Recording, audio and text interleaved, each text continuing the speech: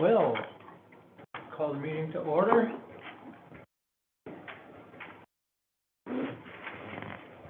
Take the roll, please. Mr. Peterson? Here. Mr. Egan? Here. Mr. Daunt? Here. Mr. Gentili? Here. Ms. Lasky?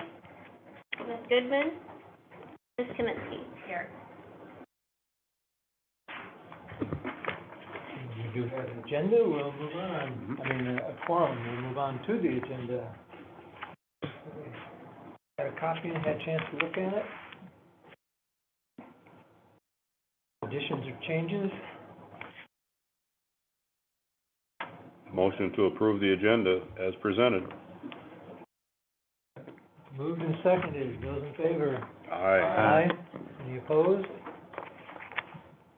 Public comment? Seeing none. Move on to approval of the minutes for the May 16th meeting. I'll receive those two, one way or another. Comments or changes to the minutes? Motion to approve the minutes as presented. Second. Moved and seconded, those in favor? Aye. Okay. Those opposed? Motion carries. Treasurer's report.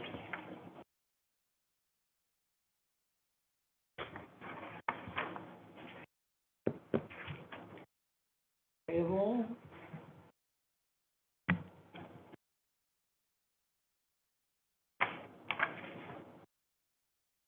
Questions or comments? Really related to this, but I know that Barry, you guys have asked for a budget meeting. If my recollection serves me, I thought last year we were trying to do a salary survey or see if the county could do a salary survey for your position. Did anything ever get done on that? No, when I asked, they said it was really outside the scope of what the county was doing.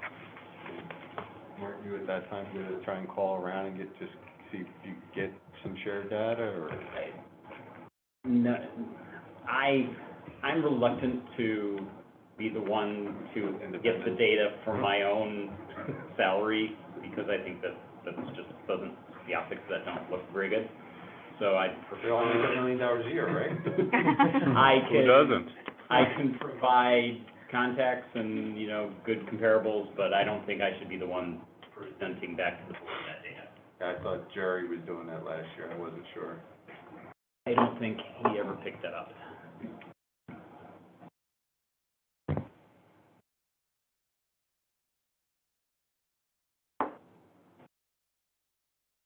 Hearing no comments on accounts payable, do we have a motion to pay them? I'll make a couple comments. Okay. So that first line item there, Advantage Electric, that is the T-hanger meter change. Right.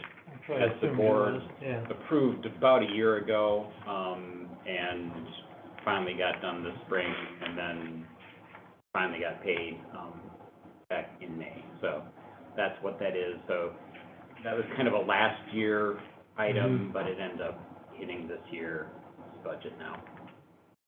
And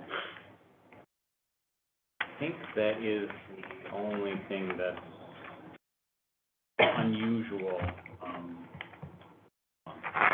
What's the remote video services? We've got a maintenance contract on the Cameras? video cameras for, I want to say 18 months. We can renew it. I just wanted something, if we had some initial issues, that we could go back to them and not have to spend a lot of money, but I didn't want to be locked into a long term. So that's serving the purpose you expected it? Is it more? Yes, yeah, we haven't had any issues. So I think this may be the last or second to last payment on that fee.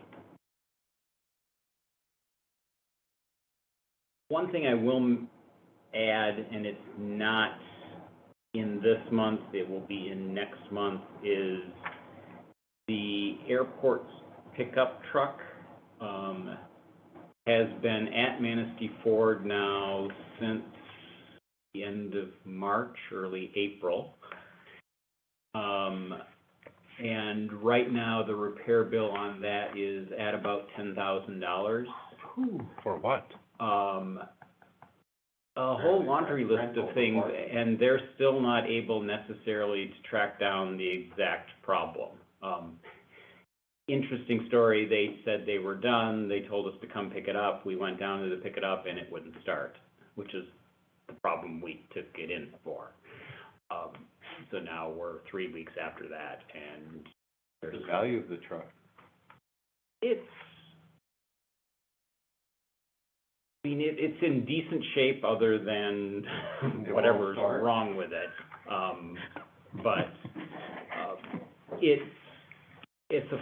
It's a Ford, obviously, which is, we bought it from Manistee Ford. That's why we've always taken it there for service. It's a diesel engine, and apparently that's a notoriously not good year or couple of years on that engine for that model truck. So just want to give you that update because we're already over budget when it comes to maintenance, and that's going to push us significantly over. So Well, the only thing I would tell you, I would think you don't have a long enough run cycle on a vehicle here to merit the extra cost of a diesel to begin with. I'm not sure why a diesel was, well, part of the reason is we have diesel fuel on site. We don't have gasoline on site, so that may have been the reason, because all the other equipment is diesel, so we don't have to drive off site. Gas buddy at the county? Hmm? We use gas buddy at the county? Fuel man? Fuel man, that's what it is? So, What year is it? 2006, That's good. Oh, okay. so.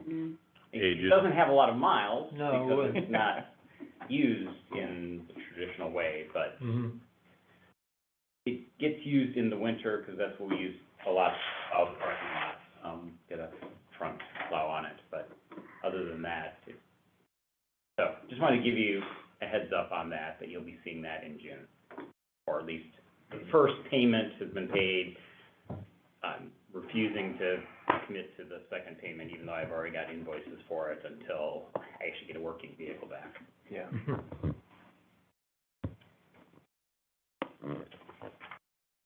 We have a motion to approve accounts payable. Make a motion to approve the accounts payable as presented. Second. Moved and seconded. Roll call, please. Mr. Egan? Yes. Mr. Daunt? Yes. Mrs. Gentili? Yes. Ms. Lasky? Ms. Goodman? Ms. Kaminsky? Yes. Mr. Peterson? Yes. And the trial balance sheet.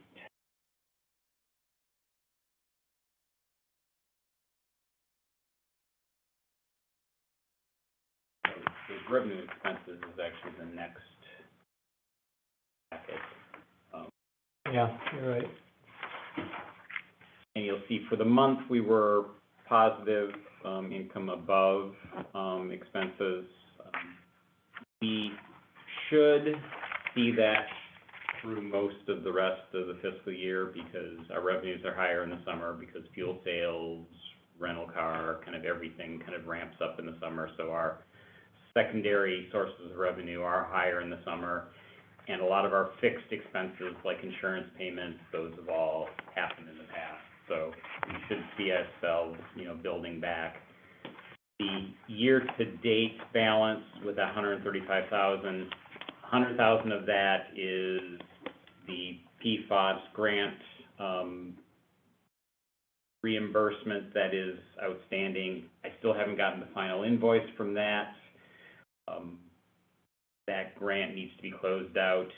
I don't know exactly the date in July, but soon, so I'm anticipating getting that final invoice soon, and that should get wrapped up hopefully in July, or at least everything's submitted in July. We'll probably get payments then in August. So that'll bring in that $100,000 of reimbursement. And that $35,000, most of that, I would say, is two things. One is some of these items that hit early in the year, like insurance costs, so we're at 100% on that, even though we're only 2/3 of the way through the year. And then kind of our overage on maintenance, is, the other factor that's putting that. So, we're roughly right now $35,000 over budget, right now for the year. Again, I expect that gap to decrease through the rest of the year, but, at the rate we're at, we probably will be a little bit negative for the year.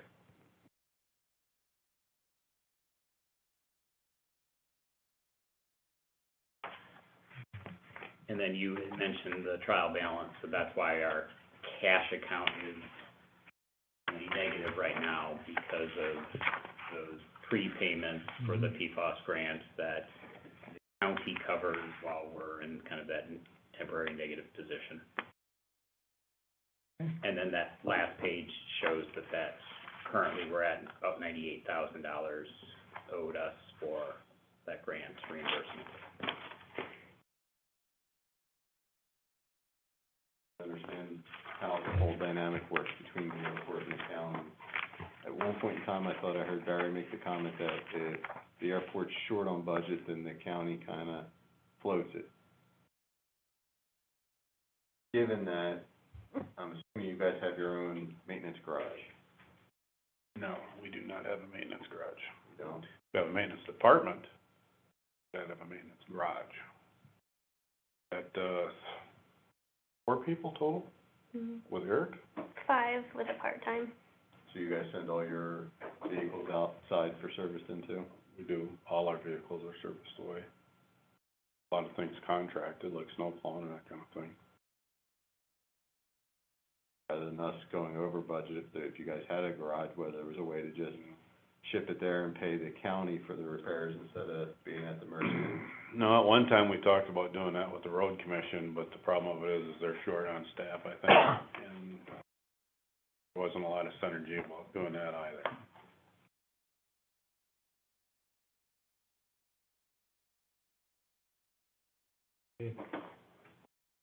Action do we need on that item? Financial statement, just accept it? Generally, Vote we on it? have a motion to approve, but not a Motion to roll call. approve. Okay. Could we have a motion then to approve the So moved. financial statement? So moved. Second? Moved and seconded, those in favor? Aye. Opposed? Yeah, they should roll call anything with money. We generally only do that on the accounts payable, that's authorizing the expenditures, whereas the rest is just approving the reports. Mr. Daunt, Yes. Mr. Gentili, Yes. Ms. Lasky, Ms. Goodman, Ms. Kaminsky, Yes. Mr. Peterson, Yes. Mr. Egan, Yes.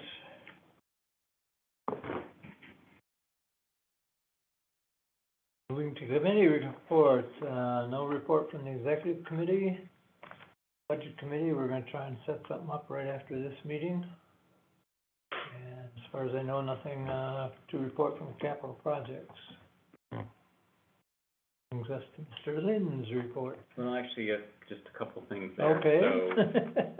So, we had talked earlier in the year about either creating or having the executive committee, review the bylaws because of the Open Hasn't been Meetings done yet. Act Was it the changes. executive that was gonna do that? Or, I don't ad hoc remember if committee? we had, what we had talked about and won that, but it, I think we did. I just don't wanna, Say the executive committee for that, oh, yeah. all right. Mhm. and then the other is, I know you're trying to get a budget Mhm, committee mhm. together, to meet before the next board meeting, so. Those budget committee members, hopefully, get a minute after and try to pick a date that Yeah. works, which might be tomorrow, given some of the Might emails I've be. seen. And if the executive committee, which is Jeff and Cindy, wants to see if we can pick a day too, we can do that as well. I understand that these meetings have to be in person, but committee meetings, we can't use Zoom for committee meetings? We were just talking about that a minute ago. My understanding is that a committee meeting is not Open Meetings Act, It's not open to the public, so... Well, a committee meeting would be open to the public, but it's not like you're voting on anything. And it's just, Recommendations. you're making recommendations to the full board. I mean, The But at the the question county, is, I don't think we can at the county anymore. I don't know if the airport authority, if that would apply or not. That'd be a good question for Lisa. Because I know, Ms. Goodman said that she said that she Yeah. could do Yes. a Zoom on Yes. Tuesday, and then it sounded like Barry thought we couldn't do Zoom. I think it's a gray area. I mean, we've never posted committee meetings as public meetings. Well, I can tell you, we have had a few go-rounds on this over at Central Dispatch, where committee meetings need to be posted, there needs to be minutes of the meetings as well. It's a public meeting. I mean, you can't deny the public if somebody wants to come in to sit in on it. As far as having a Zoom for that right now, I don't know. I would probably opt, probably not. Mm-hmm. So we get Yeah. better confirmation Yeah. one way or another. Okay. Or sunshine. Isn't Lasky on the executive as well, or not? Pardon? Is Lasky on the executive No, committee it's as well? you, Jeff, and me. Well, she Oh, had just asked, that. she had asked to be a part of the, Oh, I'm sorry. Wait a minute. I'm looking at what we're talking about. Well, she's on the Capitol. For the, change of the, bylaws to Yeah. Yeah. reflect the open meetings. Right, she wanted to be a Well, I part had of it that. written down, but then Oh. crossed out for some reason, so. Okay, so it's just a,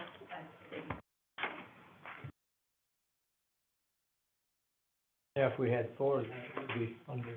Yeah, you can't have four, that's So- that's a quorum. I have Alyssa on the capital projects and then the bylaws committee. That's what I remember. Okay, so it sounds like then we did create a bylaws committee. Yeah, bylaws committee would be Barry, Peterson, Alyssa, and Cynthia. There you go. All right. So that's the committee we need then. I don't need to be on that one. yeah, you're free.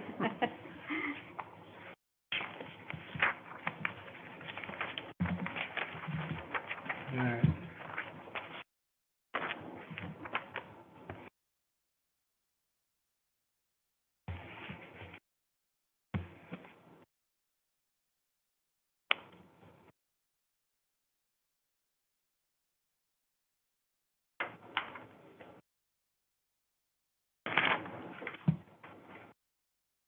Now you're up. Barry?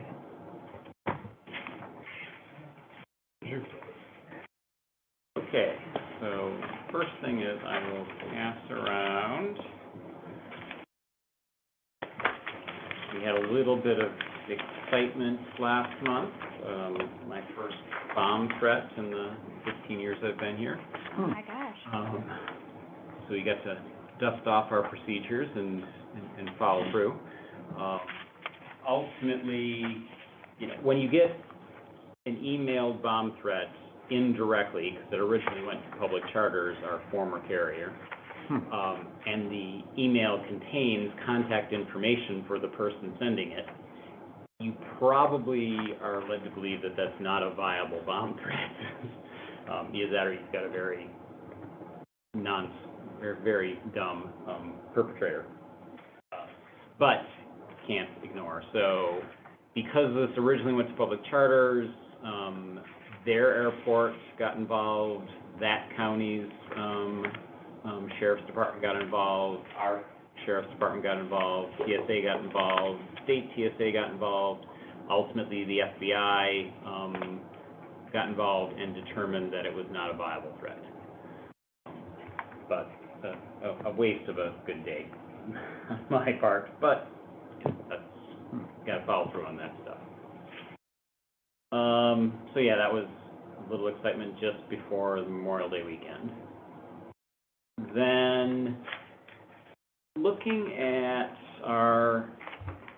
so when it comes to Cape Air, we've got kind of a tale of two cities. You know, we've got really good information for May and some disastrous information for June, as a result of ultimately pilot shortage. So,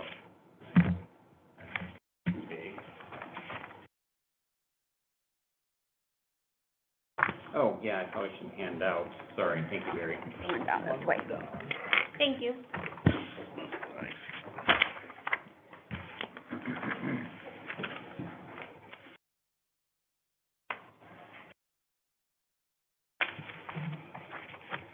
So in looking at our employment data for May, we were up about 40% from the previous year's May, and that was over 30% better than any previous May other than Frontier's May.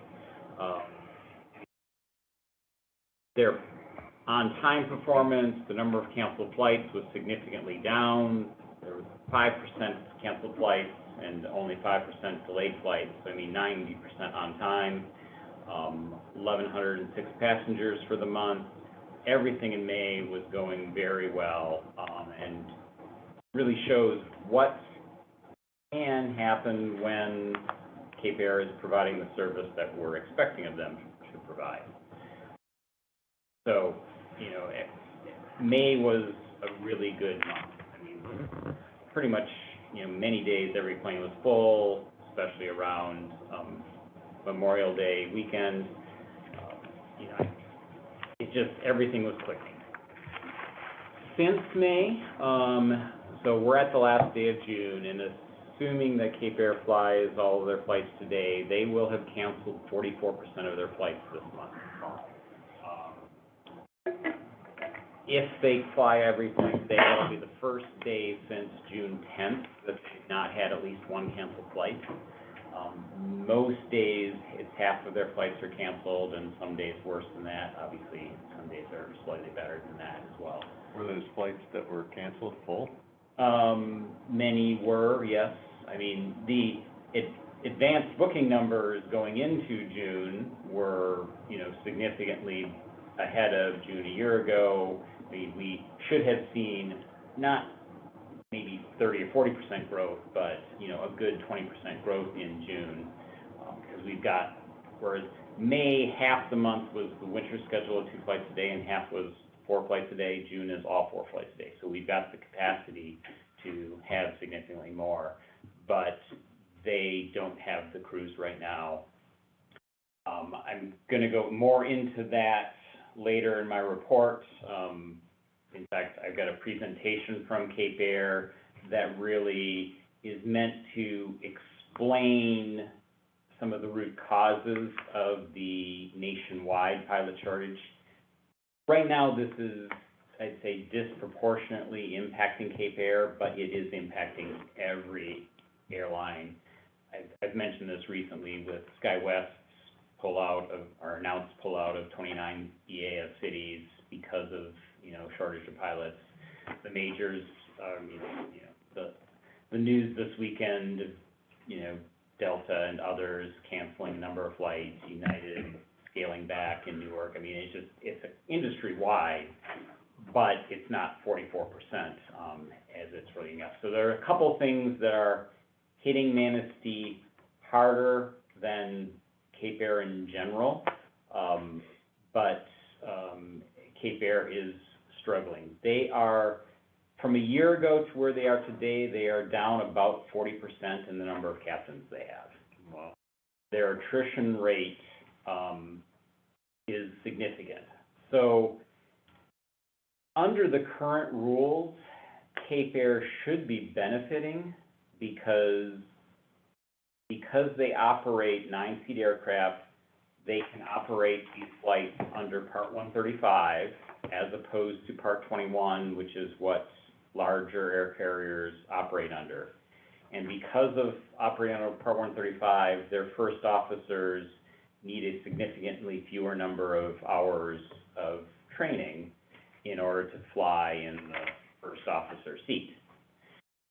Cape Air, so therefore there should be this huge pool of people who want to work at Cape Air to get that training, to work their hours up. Cape Air forces all first officers who come in to sign an agreement that once they make the number of hours to be captain, that they will stay with Cape Air for a year, or basically incur a $80,000 penalty, if they violate that contract. 95% of their first officers are leaving within a couple weeks of them achieving their hours and ignoring the contract they signed to stay on. The revenue stream that they can get by doing that, moving immediately up to a larger air carrier, outweighs any penalty. And even if Cape Air is able to enforce that clause in their contracts. So Cape Air has been spending time training all of these pilots that are then immediately leaving the company and working elsewhere. To the point that they've stopped hiring first officers because it's draining their resources, and they'd rather fly without first officers in cases than have first officers and put in that effort and then see them immediately leave. So that's some of the background of their situation. Another thing that is impacting Manistee negatively right now is, as part of their last union contract, they and the union negotiated establishing Chicago as a crew base, which essentially means that people in Chicago, because they're having a hard time recruiting pilots from northern Michigan who live here, the idea was, and the recommendation of their union was, let's make Chicago a crew base. We've got a lot bigger pool to draw from. Those people can then, on their day off, be home, and on the days they're flying in Manistee, they'll basically get put up in hotels because they're basically out of their home base. So what's happened up until basically 10 days ago was that when a crew person, as part of their union bidding cycle where they bid for a route, when they basically bid on Manistee, they basically were responsible for finding housing here and paying the cost of that. Because they were based in Manistee because our flights leave there. Now they're based in Chicago, and Cape Air takes on the cost of putting them up in hotels on the nights they're here and paying for rental cars and all of those costs. So Cape Air has incurred additional costs in making this change, and we're roughly 10 days into it, and it's been a rough transition, and I'm not sure why, I'm not sure what's going on, but it's not working right now. And they're sorting through some of the unintended consequences of that change that they weren't anticipating. One of the unintended consequences is that it now takes an additional captain to fill the number of flights that they have booked at Manistee because of the additional hours of those crews having to commute up to Manistee to start their routes. So in an environment where they're short on pilots, they've now increased the number of pilots they need to actually fly Manistee. Unintended consequence of, so they're actually thinking of reversing that change. But obviously that's the union contract, that something like that does not happen overnight. So that's, again, this report is for May. It focuses on the good stuff. Next, in July's meeting, you'll see all the negative. Since we're on the last day of June, because of our rescheduled meeting, I got a lot of information about June as well to hand out at this time. Any questions on that? And again, I'm going to go in to basically go through a presentation that Cape Air has put together that is meant to explain generally to elected officials the real reasons behind the pilot shortage, things that potentially can be done to resolve it. That isn't necessarily what the popular press is communicating, our. Do you know where they're putting the pilots up? I do not know what hotel they are using. Like, if they'd reached back out to us, rather than renting vehicles, we could always just pick them up like we used to when they first got here. And are you operating the shuttle this summer? I mean, It's on request. because we've called a couple times and they've said, oh, we don't have any drivers, so we can't. They're operating on the weekends and on request, so if you call, if you're having a problem with that, let me know, but. Okay, I didn't want to set expectations for people because I didn't know what the status was, but in general. They're not doing the steady runs to the hotel because there just haven't been the demand for it, so we just told all the marinas and the hotels, if you have people, Call. just call. Okay, and because that's usually we'll the run it out. situation We're not we're in. running it every hour like we used to, there's just not enough demand for it. Okay, that's good to know. Moving then on to airfares. Try to rotate this.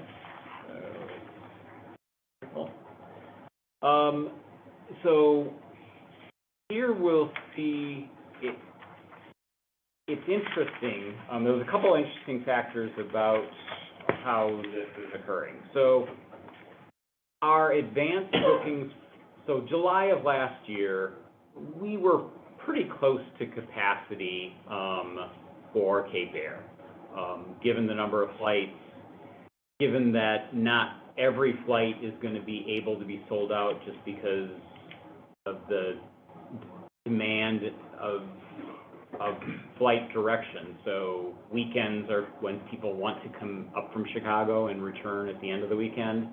So kind of the reverse commute flights tend to not be full, while those in the commute direction tend to be full. So it averages out that last year we were close to 80% load factor for the entire month.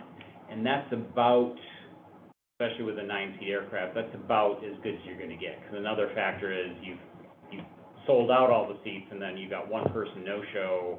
That's 10% of that flight not being filled because of that one person not showing up. So 80% is roughly. We were tracking going into July about 10% ahead of a year ago from advanced bookings. So Cape Air and I had a conversation back at the end of May on this, and basically their take, supply and demand, they asked me, can we raise fares for the summer so that all of the flights aren't sold out 4 weeks in advance, so that if someone needs to fly close in last minute, a seat might be available, even if it's going to be expensive, as is typically how airlines price, that they try to keep a couple seats available till a couple days in advance, even if those seats are much more expensive. And I said, given the numbers, given what you did last year, given, where bookings are, yes, that makes sense.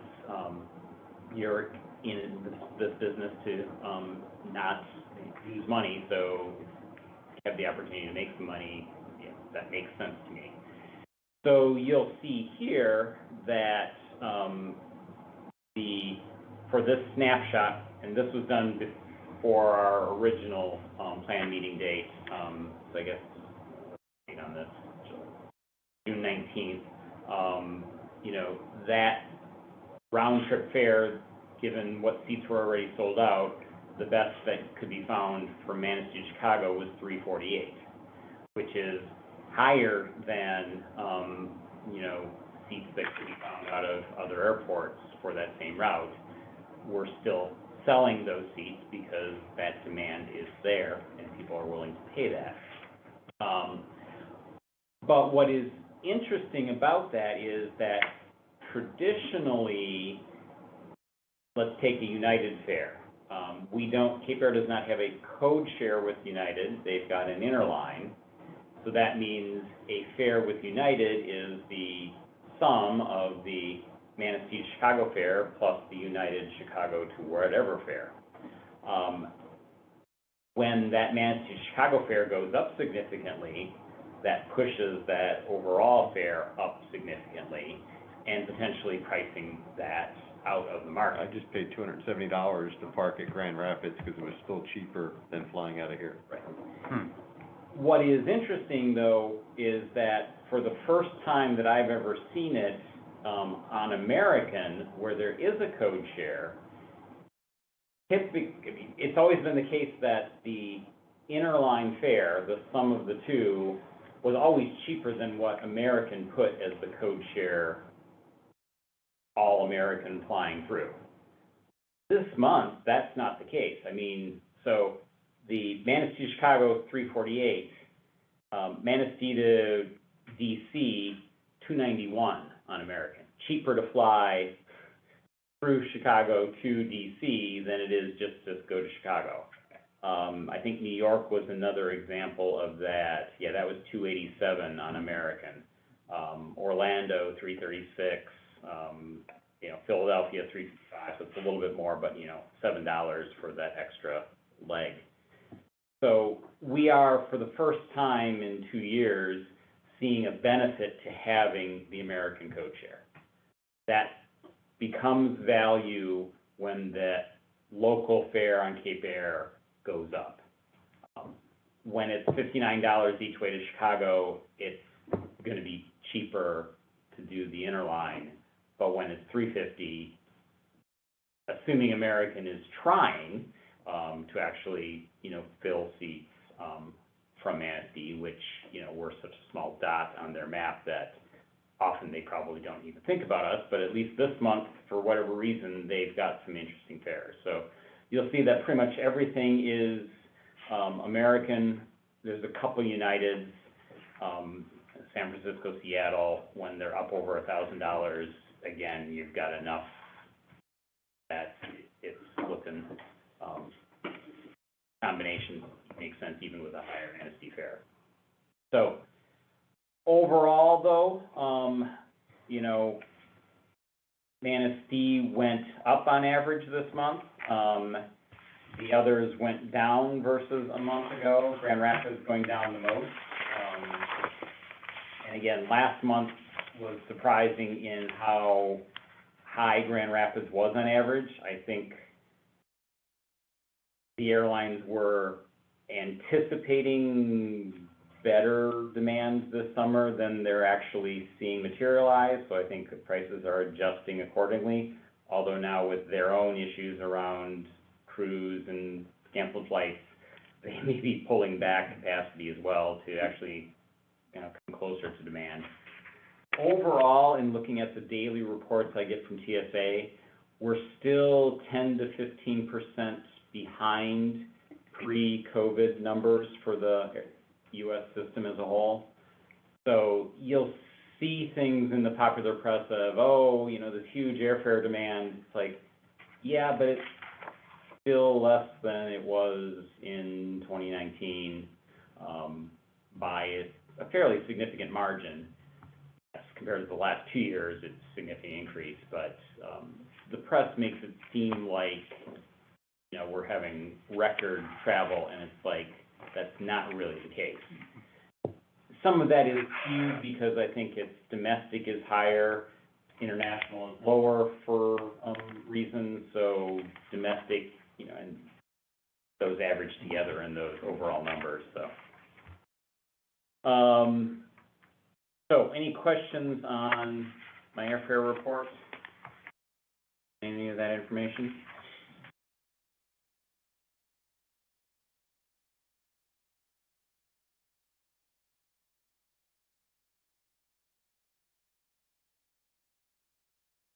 We don't have any advertising out there right now but the $59 rates, do we? No, we have pulled that, and we've actually pretty much scaled back pretty much all of our advertising to minimal amounts, just because, we're basically at capacity. So, and, given the issues, kind of intentionally trying to be a little more quiet right now. Cape Air is doing the same thing with their own marketing. They're basically pulling back spend for the summer of the internal issues they're seeing. So then moving on, so question for you. Yes. If Cape Air flies into O'Hare and they also fly into other destinations to O'Hare, why can't you book straight through on Cape Air?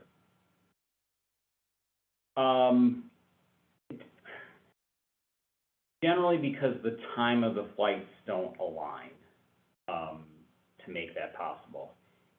It has occasionally been possible to book through from Manistee to St. Louis, which is kind of their other Midwest hub with one stop in between. But they've recently pulled that just because with their cancellations, the likelihood of that person being stranded somewhere en route is high, so they just pulled that ability to basically book through. I have to fly to Nashville now, and it was easier to get to Denver, but Cape Air flies in and out of Nashville. And they fly in and out of here, but I can't get the two to work together. Right, but that routing, because they fly from Nashville, Not to O'Hare, though. not to O'Hare. So it would be Nashville to somewhere else, to St. Louis, to somewhere, to O'Hare, to here. It'd still be quicker. Was it a 10-hour drive? About 12, Yeah. about 12 to 14 hours to fly it. So I normally don't talk about staffing changes, because usually we don't have, we've got a very stable, set of people here, but, Gail, who's kind of been my assistant office manager for basically 14 years, she actually started doing sightseeing flights the summer before I took over, so she was actually employed here longer. Initially, she was just seasonal, but for the last number of years, she's been full-time. She moved on, left at the end of May, and is now living in Grand Rapids. And my wife, who retired from her job as food service director at MCC, has taken over, and is basically coming up to speed on all of that responsibility. So, I wanted to mention that. The FAA. How'd the interview go with, your wife? Whoa.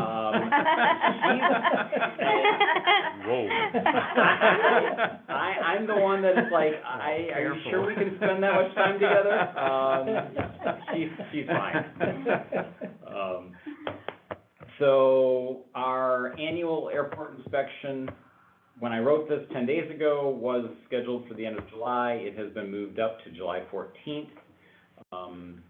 Being done in two parts, so we're having an on-site inspection on the 14th, and then our paperwork inspection the following week. So, we'll have the on-site inspection before our next board meeting.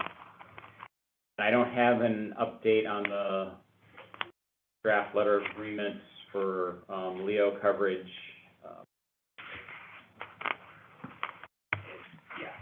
I don't have an excuse other than I'm understaffed right now and training. You didn't even think about it for the 14th? Nope. Okay. Nope. It's on the agenda, but my intention is to bring this back to the board at the next meeting in July, because I don't anticipate us having anything, big on the agenda, and I hopefully will have, good amount of board members there to really talk about our next steps as it relates to zoning. Now that the township has completed their master plan, what steps may we want to take in further protecting the airport from a zoning perspective? On the PFAS testing, everything in phase 2 was completed. The final phase 2 report was completed. They picked up the waste, basically the extra soil and water that they created when they dug wells, or did sampling from those wells, because everything is hugely contaminant nowadays, so that got taken off-site for disposal. Still waiting on that final invoice, and as I mentioned before, then we can get that reimbursement in back. So this is something that, so this airport layout plan update that's been going on with Free Newhoff for a while now. In going through this, an issue has been identified, and it's something that I always felt was there, but, you know, it was just on paper, and I think now that they're updating it 20 years later, they're really looking at things and saying, this doesn't make sense. And specifically, the previous version of this from 1999 has on our long-range plan not only an extension of our main runway, but also an extension of our north-south runway. And that extension of the north-south runway would require basically a rerouting of River Road. But if you recall, a number of years ago, we had some tree clearing issues up on, you know, property, tribal property. And, you know, resolved, you know, getting the agreements in place to do that tree clearing. But if you're to extend that runway 800 feet further to the north, you're now pushing those limits significantly lower. And when they did all of the work as part of this update, you know, what they said is you would not be able to have trees up there. Many of the parking lot lights in the casino parking lots would need to be removed or lowered to ground level for that runway to happen. And at that point, I said, that doesn't make sense. I mean, you're basically, the runway surface that you're required to protect is only feet above the ground, kind of at the top of the slope, as it, you know, goes up from, you know, the runway. That just doesn't make sense. It doesn't make sense to, you know, incur the cost of rerouting local roads to get this to then create an environment that's ultimately maybe technically doable, but I don't see politically and, you know, otherwise, it just doesn't make sense. So myself and Priya Newhoff, you know, I threw out a couple alternatives of, could this work? You know, instead of it being north-south, could we angle it on a certain angle to get more length? You know, there are terrain issues, because on the south, we've got 15-foot drop-off as we get down towards the river. On the north, we've got the ridge that, you know, the casino's on, and that kind of flows down River Road.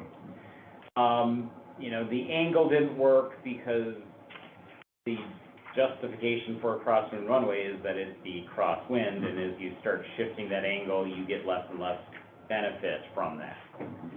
So what we ended up, I threw out there as an option, I'm going to bring it up, and it looks like it is doable, is to essentially move our north-south runway to the east end of the airport.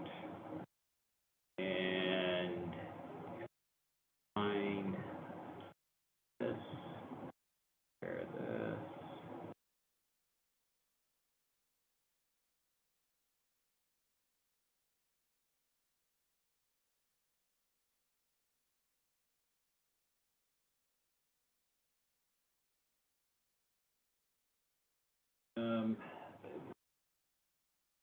So in the center top parts of this, you basically see the existing end of the current east-west runway. This would be actually, you know, more than a mile to the east of where we are currently sitting. You can see on the south, there's kind of a jut out of, you know, where we can get closer to the river. It still would require a rerouting of River Road around it. You know, lots of property acquisitions to make that happen. but it's actually doable. The terrain to the north, there's kind of a dip, there that allows that to happen at that location. So I'm showing you this because, you know, Priya Newhoff has created this drawing and basically said, this is feasible. Do you think this is something we should incorporate into our, master plan, essentially, the ALP update?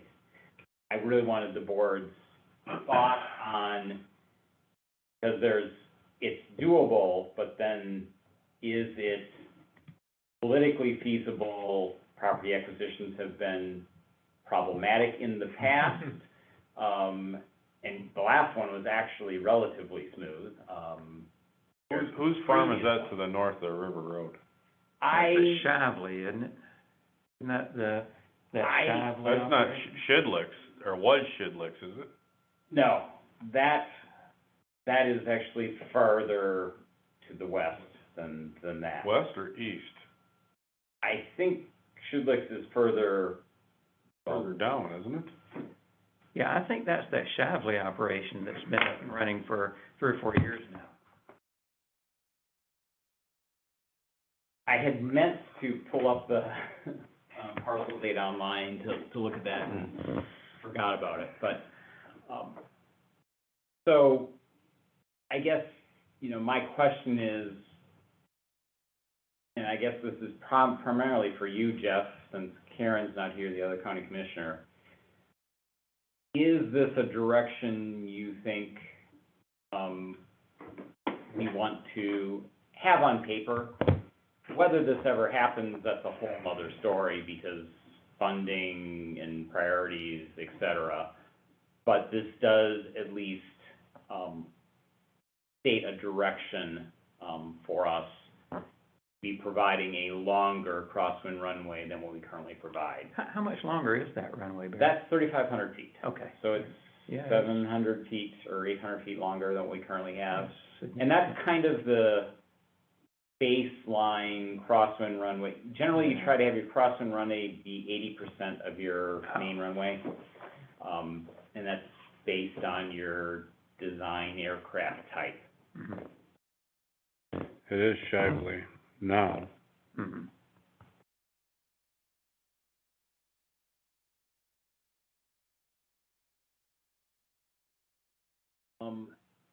The other thing, though, that does potentially open up is if we were to change our ALP to have this be future, then the parcel that we own currently on the north side of River Road on 31 is potentially now all available for other development. And that was gonna be one of those conflicts, is if we, in the ALP, had it listed as a future potential use of that runway extension in its current location, that then locks out other uses of that property. Moving this, that basically opens up that to other commercial uses, other aviation compatible uses that, might, you know, bring in revenue at some point. It was just kind of locking it up, not being usable. That would have been the old Shidlick farm. Okay. It's gonna be on paper. The question I guess I would ask myself is if we were to pursue the east-west runway with an additional 1,000 foot Mm-hmm. to acquire a regional jet, Mm-hmm. if you don't have the additional east or north-south, you're probably not setting a good stage for acquiring that either, I would assume. I mean, I don't know what the frequency of the north-south runway is used. I would assume not a lot, but I don't know that. Right. What was it like when, Frontier was flying in and out of here? I mean, currently, the way our existing north-south runway is designed and built, it is always been indicated that it is not available for air carrier operations. Because it's not built to air carrier specs. It's basically been just a general aviation only runway. Cape Air, because they're flying 9-seat aircraft, actually can use it because of how the rules and definitions flow. So they do use it occasionally. Well, then the follow-up question now would be, is if we did have which we did have, a 10-month window, of a regional jet flying in and out of here, what's even worry about this, other than protocols? It probably doesn't impact that decision. It impacts general aviation much more. So for example, a King Air, which is a fairly common, aircraft we get in here, seats 9, brings in golfers, would be able to use that. Some of the smaller, jets would be able to use it. 50 seats, regional passenger jet, probably would not be using it, but under the right conditions, could. Again, it's all a matter of length and wind.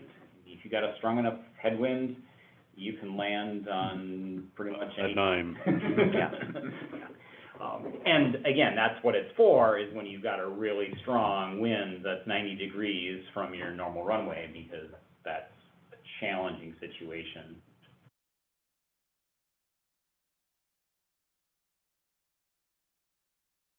If it's on paper, that's one thing, but there again, if you start getting into the land acquisition for all that, and if you're not gonna utilize that commercially, I don't see the sense. I don't see we would ever go through the acquisition process unless we were. But I don't know why even cause the disruption in any of the property owners with something like that, if you're not going to utilize that for commercial aviation. My thought.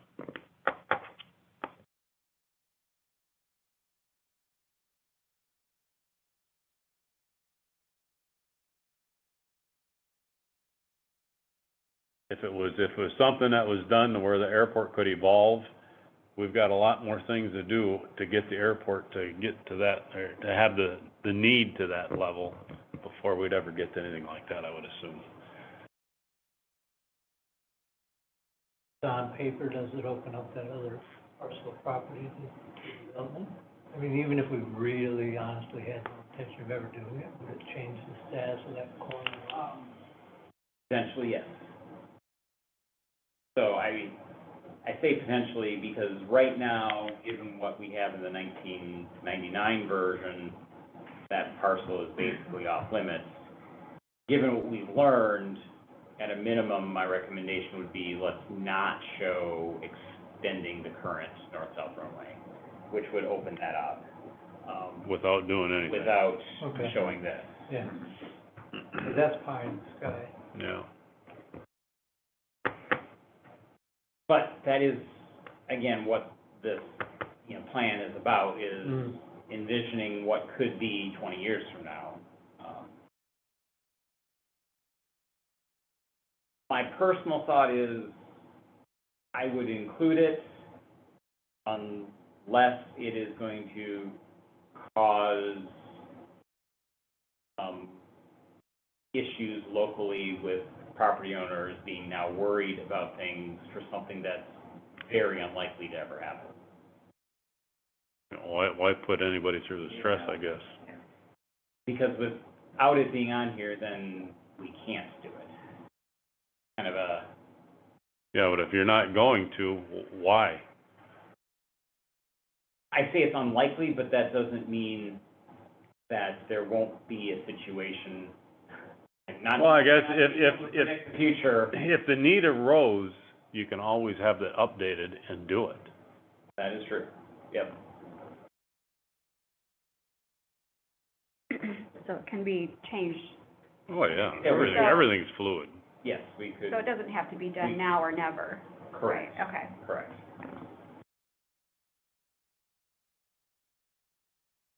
Okay, I mean, it seems like I'm sensing consensus, so I will provide that feedback back to Community Law. This is not something we really want to pursue at this current time. Then want them to make sure that an institutional record that this concept is somewhere visible such that the work doesn't have to be done again in the future. But, Yeah. okay. Thank you.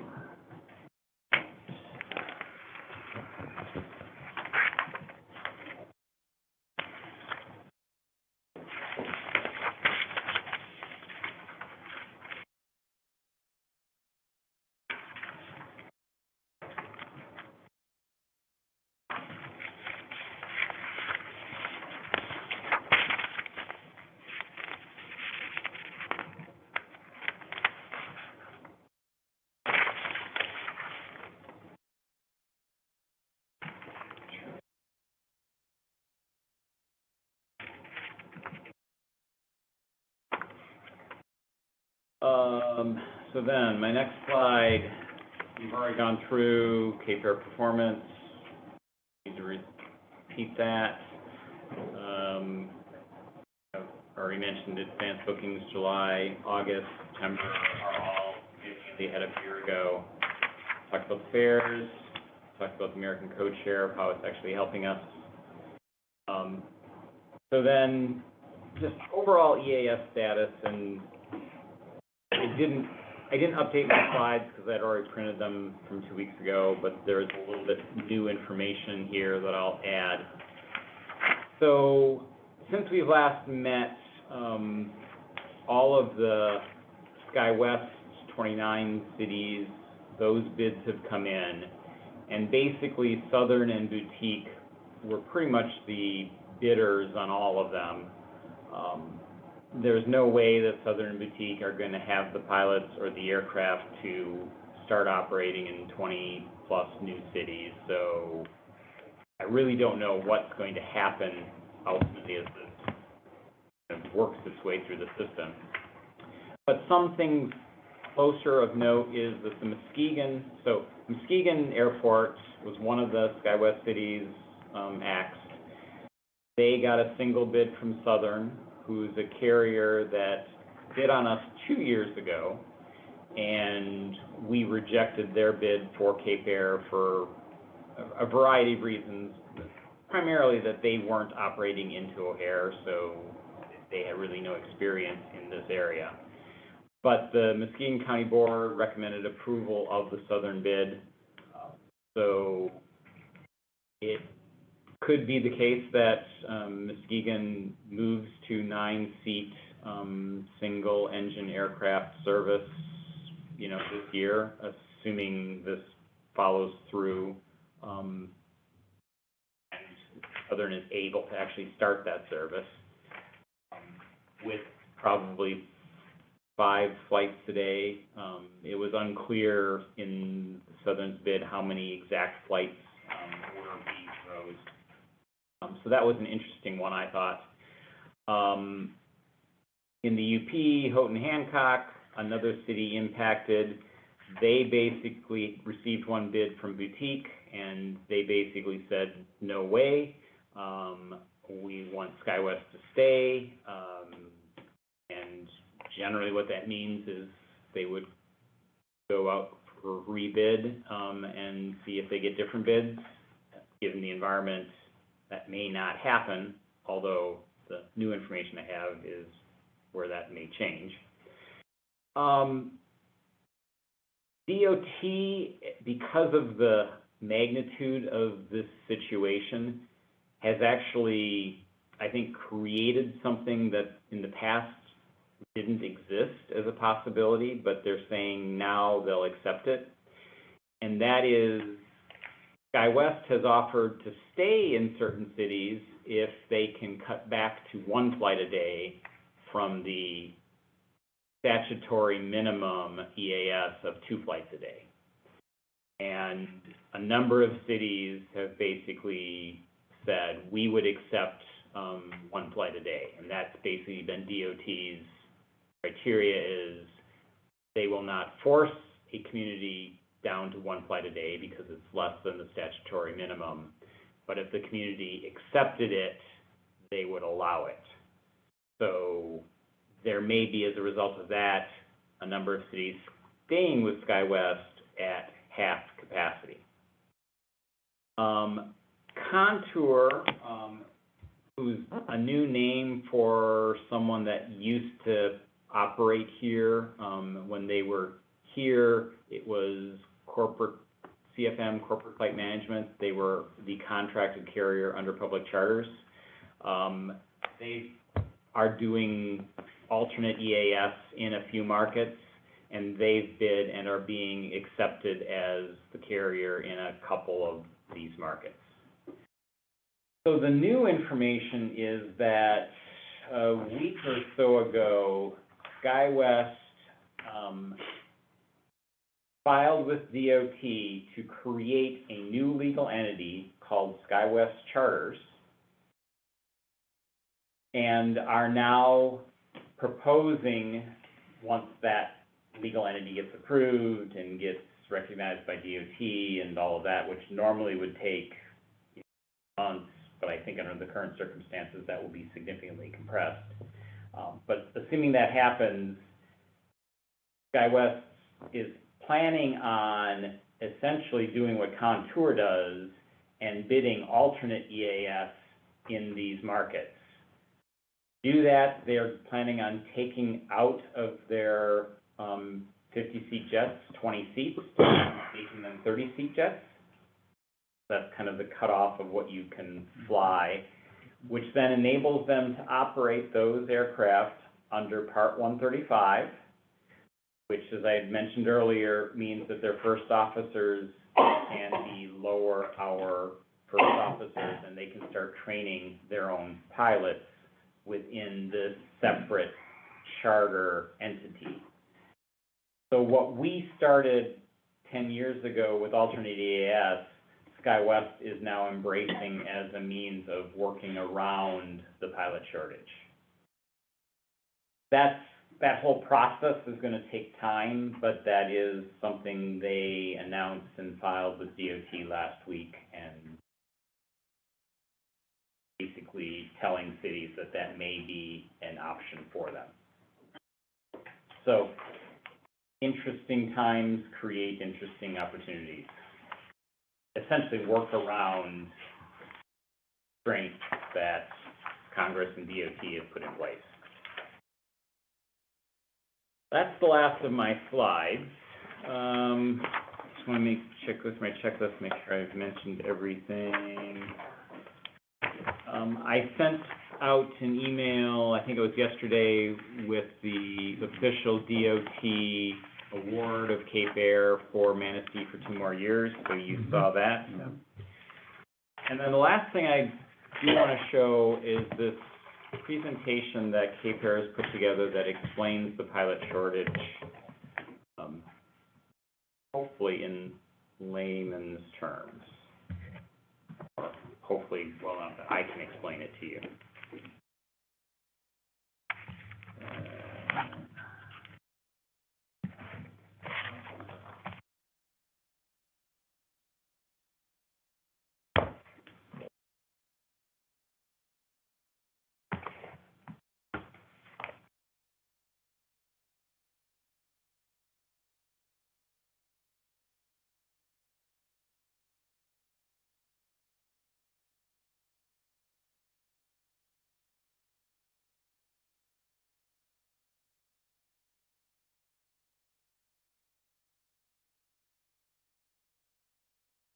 Okay, so this is intentionally not Cape Air branded because, quite frankly, part of the challenge is there are different camps, different lobbyists on different sides, and one of those being kind of some very substantial union representatives for the pilot industry at the major carriers who actually love a pilot shortage because it gives them all of the leverage to increase pilot pay. So Cape Air doesn't want to be caught up in that, so they're trying to create information without them getting into an issue with their own pilot internal union. So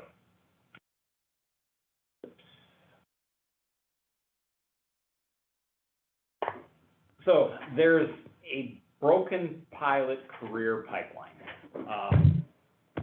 It is practically impossible for the volume of pilots needed by the aviation industry to grow and to replace attrition because of the large number of retiring pilots at the major airlines.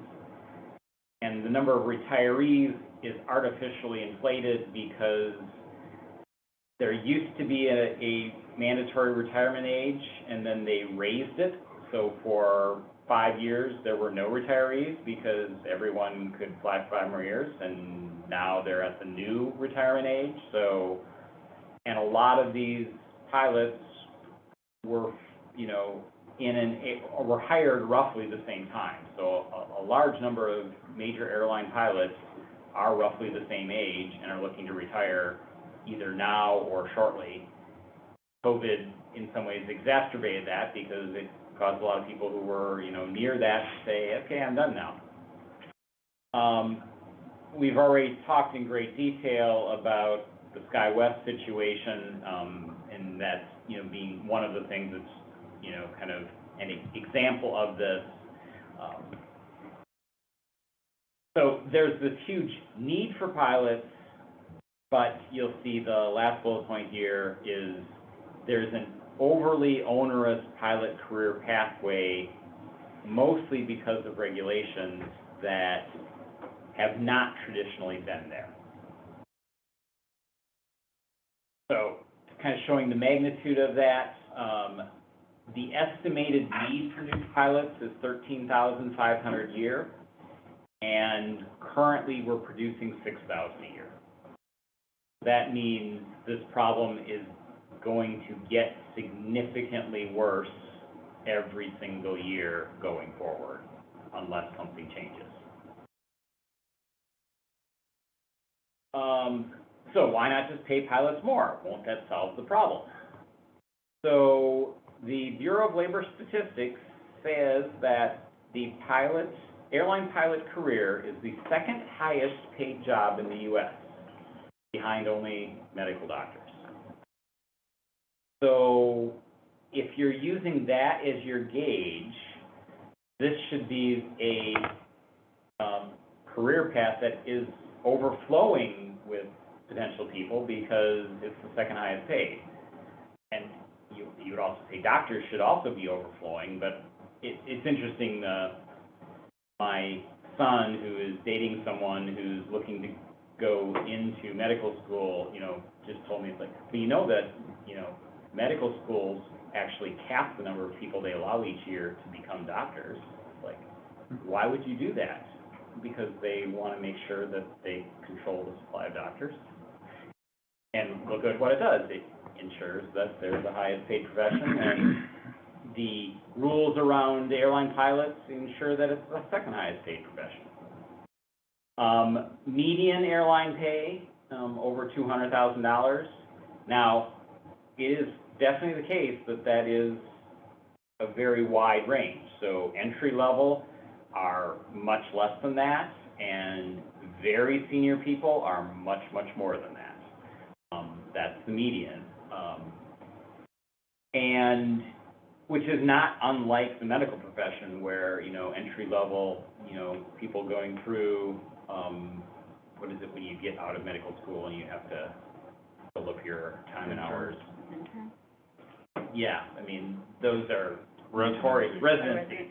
Those are notoriously not low-paying and long-hour positions, but again, over your career, it theoretically balances out in a positive way. So, bottom line here, extraordinarily expensive pilots make small community air service uneconomical, as regional aircraft have relatively few seats over which to spread the cost. So, causing pilot pay to increase to solve the problem only makes it less and less economical, or in the case of EAS, more and more subsidy expensive to support small community air service. What broke the pilot career pipeline? In 2010, Congress passed this public law which required most first officers to have 1,500 hours of flight experience before their first airline job. That 15-hour rule is the same rule as is what's required for a captain. So basically, every pilot, whether they're responsible for the aircraft as the captain or kind of as the help as the first officer, became up to the same rule of 1,500 hours before you could start within the airline industry. Previously, first officers were at a minimum of 250 hours, which is the number of hours you need to get a commercial license. But typically, 500 hours of experience was what airlines were looking for. So as a result of this change, pilots needed to increase from 500 hours to 1,500 hours, so gain 1,000 more hours of flight experience before they could be hired. You have to fly 1,000 hours more, but you can't do it with an airline. So you have to find some other way of building an awful lot of time. Whereas historically, that time building was as a first officer, in the right seat of an airline, building hours until you became captain, and then you had your 1,500 hours and you could move into the left seat. I mean, you passed your check rides and all of those things. And potentially, studies have shown there's actually an inverse correlation between number of hours and quality of pilot performance, because a lot of pilots, to get these hours, are doing things that aren't actually indicative of airline-type flying. For example, my sightseeing pilots who, fly a good day 10 times a day, just flying in perfect weather conditions, landing and taking off Manistee, flying around for 15 minutes, coming back to Manistee, that's building hours, but that's not necessarily good experience to deal with flying a, regional jet or larger jet, transcontinental or, transocean. But that's what people are forced to do to gain hours.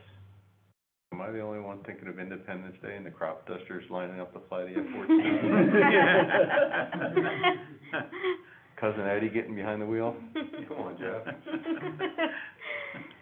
So what precipitated this change in law was this very public crash in Buffalo, New York in February of 2009. A 50-seat regional jet crashed just short of the runway. And the NTSB's probable cause was basically pilot error, inappropriate response to stall warnings. Both the captain of that flight and the first officer had more than 1,500 hours. So the poster child accident for this law change wouldn't actually have changed the situation that occurred. So what drove this? It was politics and lobbying, yes. Got to do something. I'm an elected official. Have to do something. I've got to show everybody I've got concern. So instead of reviewing training quality, Congress imposed arbitrary hour thresholds. So instead of focusing on professional training, we now have pilots needing arbitrary hours to make the cut to move up. As a pilot, getting to 1,500 hours, if you take a typical cost, you're paying for building this flight yourself. you're talking, it's $250,000 of cash in 2 years of time to basically build up that time, unless you can find a niche where you can get paid to fly in an environment that, you know, isn't an airline. Those, and again, given the need of 13,000 and, you know, new pilots a year, you know, given that we're doing about 6,000, there's probably about 6,000 worth of these other small things to build up hours, but it doesn't allow enough to basically produce the number of pilots that we have, or that we need.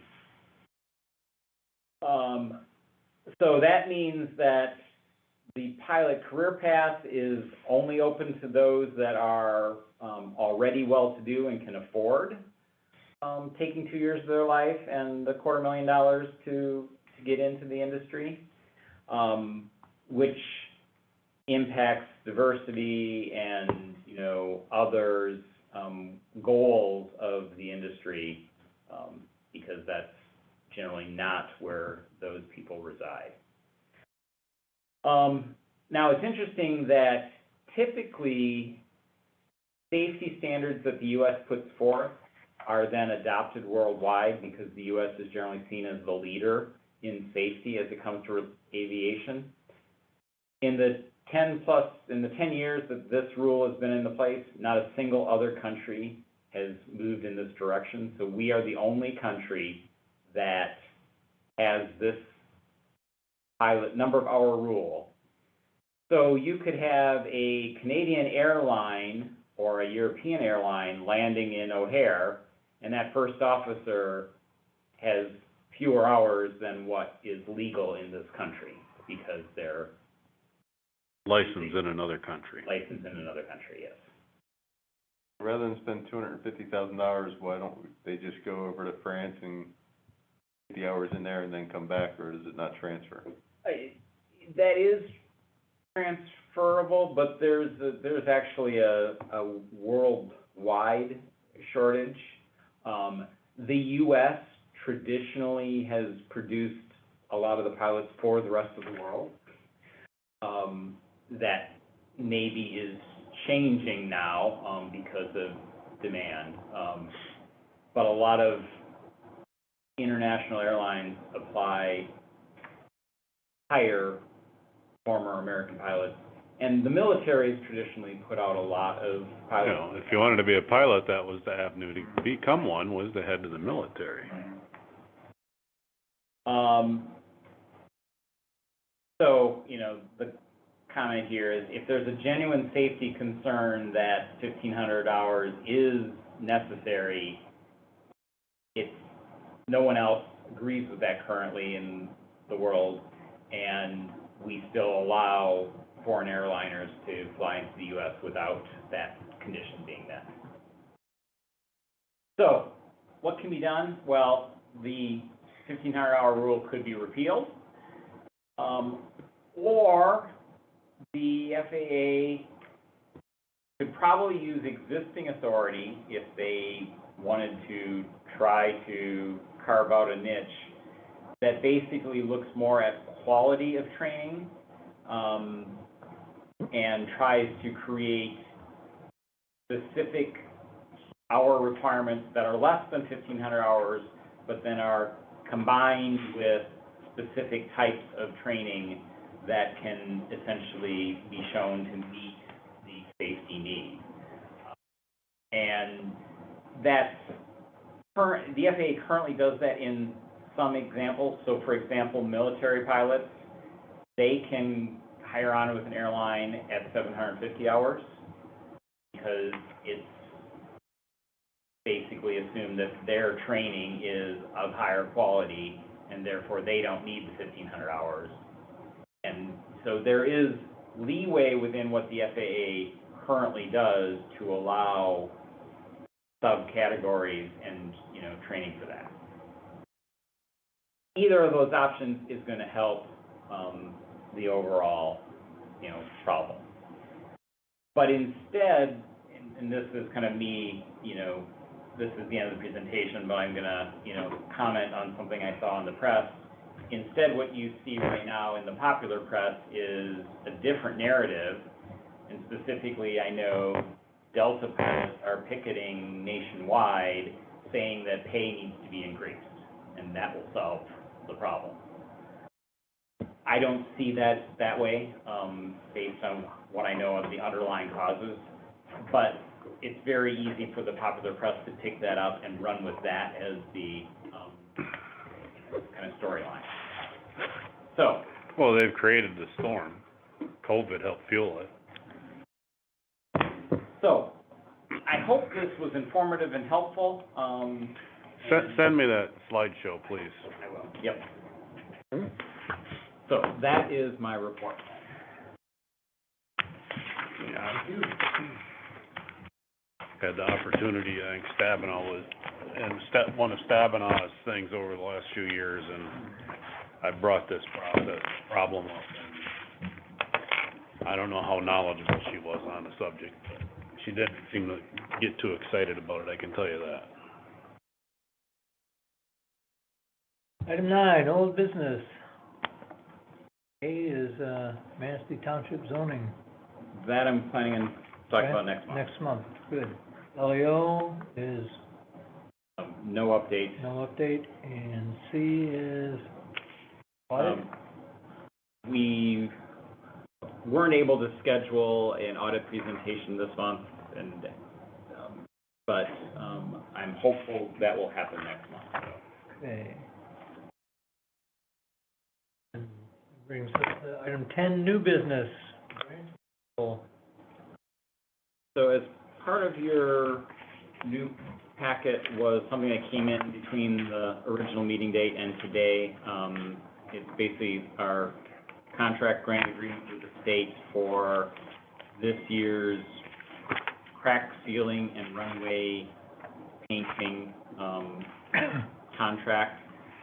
So I would ask the board for approval on that and authorize me to sign it because of how their signing process works. It works best if I can be the authorized signatory. They require digital signatures. Could we have a motion to authorize Barry to sign the contract for pavement marking and crack sealing? So moved. Moved and seconded. Any discussion? Those in favor say aye. Aye. Opposed? Motion passes. Item 11 is comments by members. I've got one for you, and that is, we've got the meeting coming up on the 15th for the ARPA funding. So be prepared. I mean, we got 3 grant applications coming in from the airport, so quick, precise, be ready for any questions that arise. But again, we're all aware it's county property, and if we've got a T-hanger and we have somebody who has a $100,000 asset, doesn't want to park it in something that feels like it's going to fall down on top of them, it's not doing us any good. So we need to bring our standards up.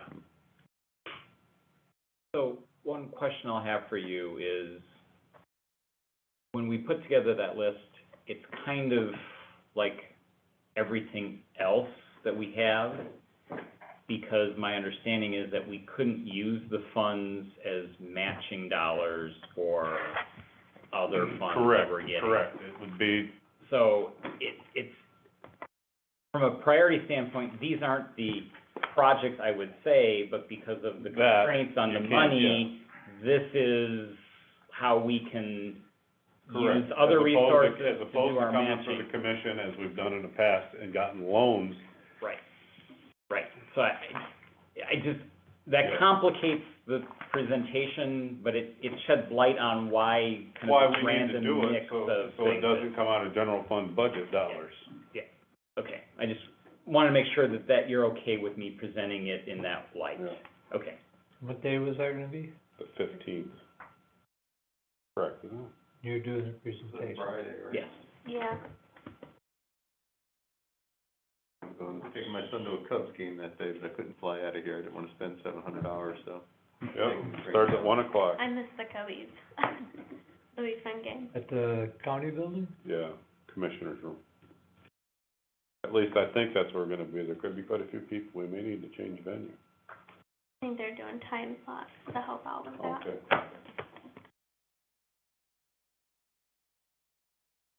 Any further business from anyone?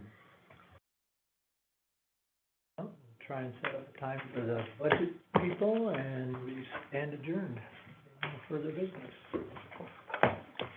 Thank you all for accommodating an odd time for a meeting that was necessary, so we can pay our bills, for one thing.